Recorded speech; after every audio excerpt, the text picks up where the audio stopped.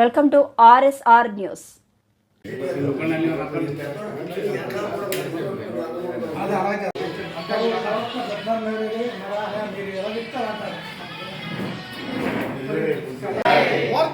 Congress party YS Sharmila Reddy గారి నాయకత్వం, YS Sharmila Reddy గారి నాయకత్వం, యువనేత రాహుల్ గాంధీ గారి నాయకత్వం, యువనేత రాహుల్ గాంధీ గారి నాయకత్వం. జై కాంగ్రెస్, జై కాంగ్రెస్, జై కాంగ్రెస్, జై కాంగ్రెస్, జై కాంగ్రెస్. సమావేశం ఏర్పాటు చేయడం, ఈ సమావేశానికి మన ఇన్ఛార్జ్ అయినటువంటి ఆలపాటి నరసింహమూర్తి గారిని అధ్యక్షత వహిస్తారు. అదేవిధంగా ఈ కార్యక్రమంలో నలుగురు మండల అధ్యక్షులని పిసిసి అధ్యక్షులు వైఎస్ షర్మిలారెడ్డి గారు ఆమోదించి అప్రూవ్ చేసి పంపించిన లిస్టుని ఇవాళ అనౌన్స్ చేయటం, ఆ మండలాధ్యక్షుల వారికి ఇవాళ ఆర్డర్స్ కూడా ఇవ్వడం జరుగుతుంది.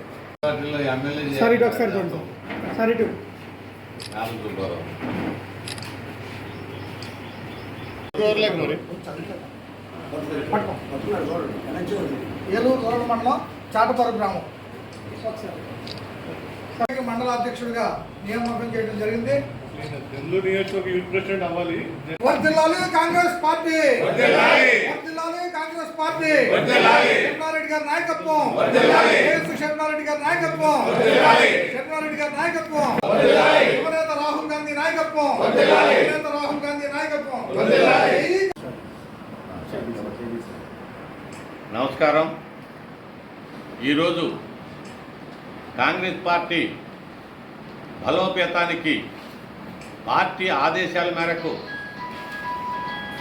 మా పిసిసి ప్రెసిడెంట్ గారు అయినటువంటి షర్మిలారెడ్డి గారి ఆదేశాల మేరకు మా జిల్లా ప్రెసిడెంట్ గారైన రాజనాల రామ్మోహన్ రావు గారి ఆధ్వర్యంలో మండల కాంగ్రెస్ ప్రెసిడెంట్ని నియామకం చేయటం జరిగింది.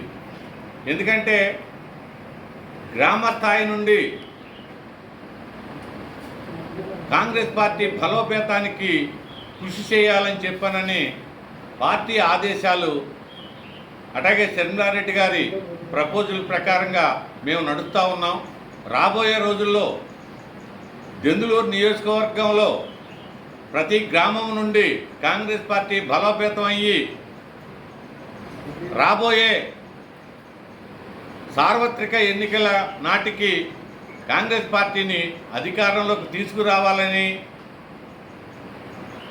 ఇప్పుడు జరుగుతూ ఉన్నటువంటి పార్టీలు ప్రమేయం ఏమాత్రం ప్రజలకు అనుకూలంగానూ పేద ప్రజలకు అనుగుణంగానూ లేదు గనక కాంగ్రెస్ పార్టీ ఒక్కటే ఈ దేశ పరిపాలనా విధానంలో రక్షణ జరిగి దేశ అభివృద్ధికి ఇప్పుడు వరకు స్వాతంత్రం వచ్చిన దగ్గర నుంచి ఇప్పుడు వరకు అభివృద్ధి జరిగింది అని చెప్పారంటే ఒక్క కాంగ్రెస్ పార్టీలో మాత్రమే జరిగింది. ఇప్పుడు ఉన్నటువంటి పార్టీలన్నీ కూడా వాళ్ళ స్వలాభాలకి, వాళ్ళ పార్టీ విధానాలకి పరిమితమై పనిచేస్తూ ఉన్నారు. కానీ కాంగ్రెస్ పార్టీ దేశ సంరక్షణ కోసం, దేశ అభివృద్ధికి పాటుపడి ఇప్పుడు వరకు ఎంతోమంది నాయకులు దేశ అభివృద్ధికి పాటుపడి మన దేశాన్ని ఈ రోజుకి ఈ స్థితికి తీసుకొచ్చింది కాంగ్రెస్ పార్టీ అని చెప్పుకోవడానికి మేము చాలా గర్వపడతా ఉన్నాం. ఎందుకంటే కాంగ్రెస్ పార్టీ మాత్రమే చేయగలదు, ఇంక ఏ పార్టీ కూడా అనుకున్నట్టుగా చేయలేరని చెప్పానని ప్రజలందరికీ తెలుసు. ఎందుకంటే ఆరోగ్యశ్రీ కానీ, ఆరోగ్య మిత్ర కానీ, అలాగే ఫీజు రియంబర్స్మెంట్ కానీ వగైరా ఎన్నో అభివృద్ధి కార్యక్రమాలన్నీ కూడా మా కాంగ్రెస్ పార్టీలో నుంచే పుట్టి కాంగ్రెస్ పార్టీ ద్వారా కానీ ప్రజల్లోకి వచ్చినాయి అని చెప్పానని మేము గర్వంగా చెప్పుకోగలం. కాంగ్రెస్ పార్టీ అమలు పరిచేటటువంటి కాంగ్రెస్ పార్టీ విధానాలని వాళ్ళు సరిగా అమలు చేయకోకుండా దేశంలో ఉన్నటువంటి పేద ప్రజల్ని, కామన్ ప్రజలని అందరినీ కూడా ఎన్నో ఇబ్బందులు పెడతా ఉన్నారు. కనుక ప్రజలందరూ తెలుసుకుని ఈ అభివృద్ధి కార్యక్రమాలన్నీ కూడా కాంగ్రెస్ పార్టీ విధానాలని, కాంగ్రెస్ పార్టీనే మళ్ళీ బలోపేతం చేయాలని చెప్పానని ప్రజలందరూ ఆలోచించాలని చెప్పానని కోరుకుంటా ఉన్నాం. ఈరోజు ప్రజలందరూ కూడా కాంగ్రెస్ పార్టీ రాబోయే రోజుల్లో కాంగ్రెస్ పార్టీ అధికారంలోకి రావాలని, కాంగ్రెస్ పార్టీ విధానాలు దేశాన్ని ముందుకు తీసుకెళ్లే విధానాలు ఒక కాంగ్రెస్ పార్టీలోనే ఉన్నాయని చెప్పానని ప్రతి వాళ్ళు కూడా ఆలోచిస్తూ ఉన్నారు. అలాగే గడిచిన కొద్ది రోజుల క్రితం మన దేశం పాకిస్తాన్కి జరిగినటువంటి గొడవల్లో మన సైన్యం వీరోచితంగా పోరాడి మన భారతదేశ కీర్తిని ప్రపంచవ్యాప్తంగా తెలియపరిచినందుకు కాంగ్రెస్ పార్టీ అభినందిస్తూ ఉంది. 3 దళాల సైన్యాధికారులకు, సైన్యానికి, ప్రతి సోల్జర్కు కాంగ్రెస్ పార్టీ శిరస వంచి నమస్కరించి వాళ్ళని అభినందిస్తూ ఉంది.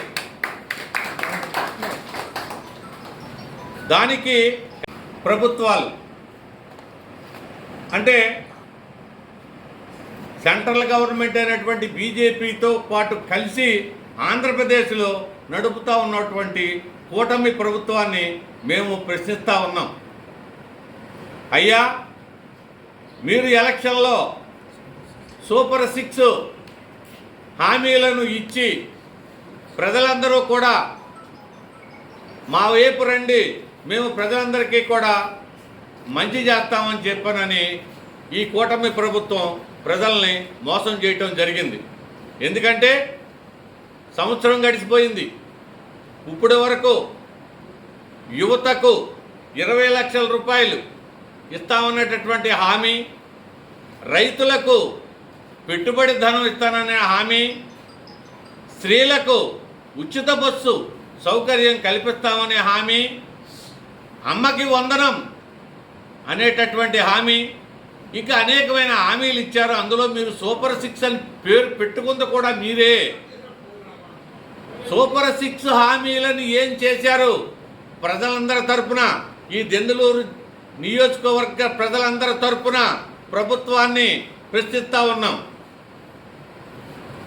త్వరలో మీరు చెప్పినటువంటి హామీలు నెరవేర్చండి, ప్రజలని మోసం చేయొద్దు. కాంగ్రెస్ పార్టీ బలోపేతానికి మండలాల నుంచి మండల ప్రెసిడెంట్లను ఎలా అయితే నియమించామో, రేపు రాబోయే రోజుల్లో కూడా ప్రతి గ్రామం నుంచి గ్రామ అధ్యక్షులను నియమించి, కాంగ్రెస్ పార్టీ అధ్యక్షులుగా నియమించి, ప్రతి గ్రామం నుంచి కూడా పార్టీ బలోపేతాన్ని చేసి ఈ దేశ రక్షణకి, ఈ దేశ అభివృద్ధికి, ఈ దేశంలో జరిగేటటువంటి అన్యాయాలను, అకృతులను ఖండించి ముందుకు తీసుకెళ్లే బాధ్యత రేపు రాహుల్ గాంధీ గారి ఆధ్వర్యంలోనూ, అలాగే ఆంధ్ర రాష్ట్రంలో చంద్రారెడ్డి గారి ఆధ్వర్యంలో మన కాంగ్రెస్ పార్టీ బలోపేతం అయ్యి రాష్ట్రంలో కాంగ్రెస్ పార్టీ అధికారంలోకి వస్తూ ఉంది, సెంట్రల్లో కాంగ్రెస్ పార్టీ అధికారంలోకి వస్తూ ఉందని చెప్పనని మేము భావిస్తూ ఉన్నాం.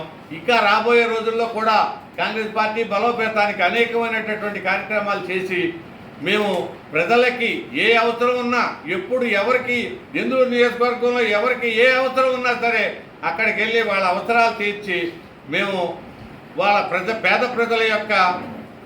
పేద ప్రజలకి అనుకూలంగా ఉండగలమని చెప్పనని తెలియపరుస్తూ సెలవు తీసుకుంటాం. శర్మణమ్మ గారు మండల కాంగ్రెస్ అధ్యక్షులు అందరినీ, ప్రతి ఒక్కరు కూడా మీ మండలంలో మండల కమిటీని, అదేవిధంగా గ్రామ కమిటీని నియామకం చేయమని ఆదేశించడం అనేది. దానిలో భాగంగా ఇవాళ దెందులూరు నియోజకవర్గంలో ఇన్ఛార్జి అయినటువంటి నరసింహమూర్తి గారు ఆధ్వర్యంలో ఈ కార్యక్రమాన్ని ఏర్పాటు చేసుకుని ఇవాళ మేము ఒకటే చెప్తున్నాం, దేశాన్ని రక్షించుకునే దాంట్లో కాంగ్రెస్ పార్టీ ముందుంటుంది అనడానికి అనేక ఉదాహరణలు ఉన్నాయి.